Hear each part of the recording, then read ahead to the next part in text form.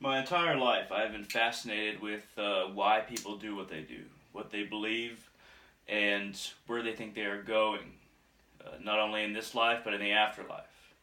What people tell themselves, why we are so adamant about being afraid of other people's beliefs a lot of the time, because many people are. Many people do not want to think that they are wrong about their evaluation of politics, of society in general, of spirituality and religion, of where we're going when we die, or lack thereof of these beliefs.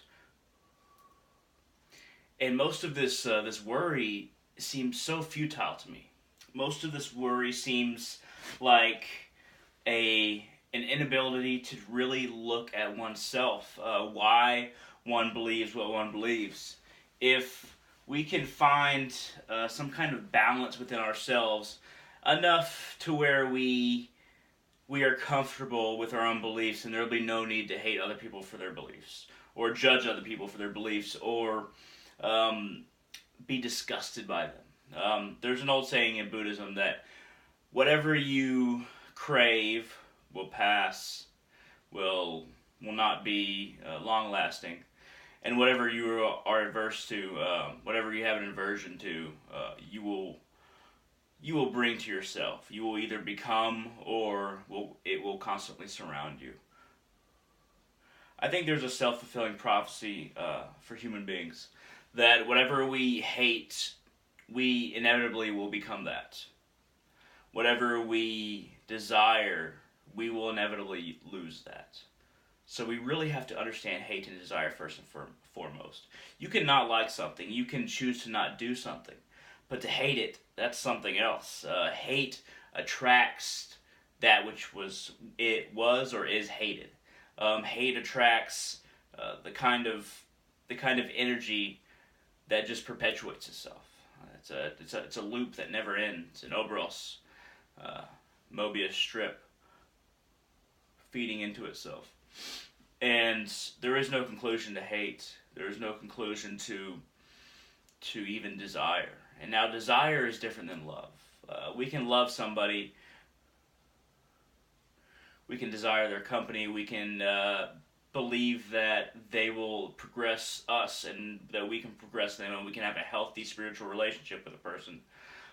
But to desire somebody just for sex, or to desire something just for the pleasure of it, the what it inflicts upon us, like alcohol or drugs, and I've had my fair share, trust me, or just desiring to have fame in society, to be recognized because of the feeling of pleasure that it gives you. Um, these are the desire.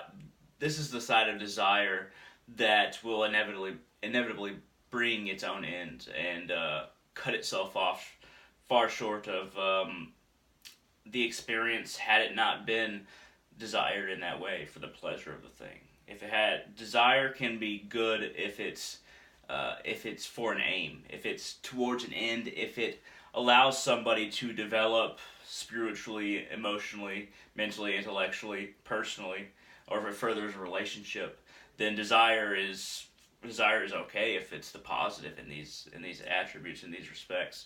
But if desire is purely for the pleasure, then it will inevitably bring its end far before its time, far before it had to. In my understanding of desire and hatred, craving and aversion is very, I guess you could say, Buddhist.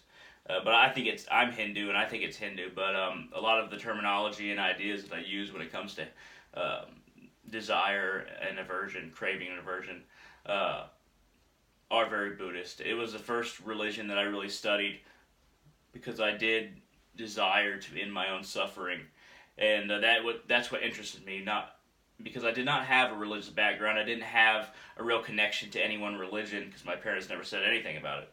So I started looking up the definitions for all the religions, and I found Buddhism and ending suffering, uh, realizing what craving and aversion truly are, is what interested me. And ever since then, ever since I was a kid, I've always wondered why people do what they do, and why they believe what they believe, and what they tell themselves when they do something wrong, when they do something bad, when they do something that they know is incorrect and immoral. like hurting other people for no reason, like bullying people, like pushing people around because of their beliefs or their gender identity, what have you. That is inherently uh, human to feel that that is wrong. So I'm constantly curious about what people tell themselves, and this curiosity has led me to kind of question myself to a great extent throughout my life at a very young age. So I have a very high tolerance for self-inquiry, and this has led me down the spiritual path that I'm on now, a path towards self-realization, towards moksha, and trying to find true ananda, true joy, not temporary joy, which I've also felt very much of.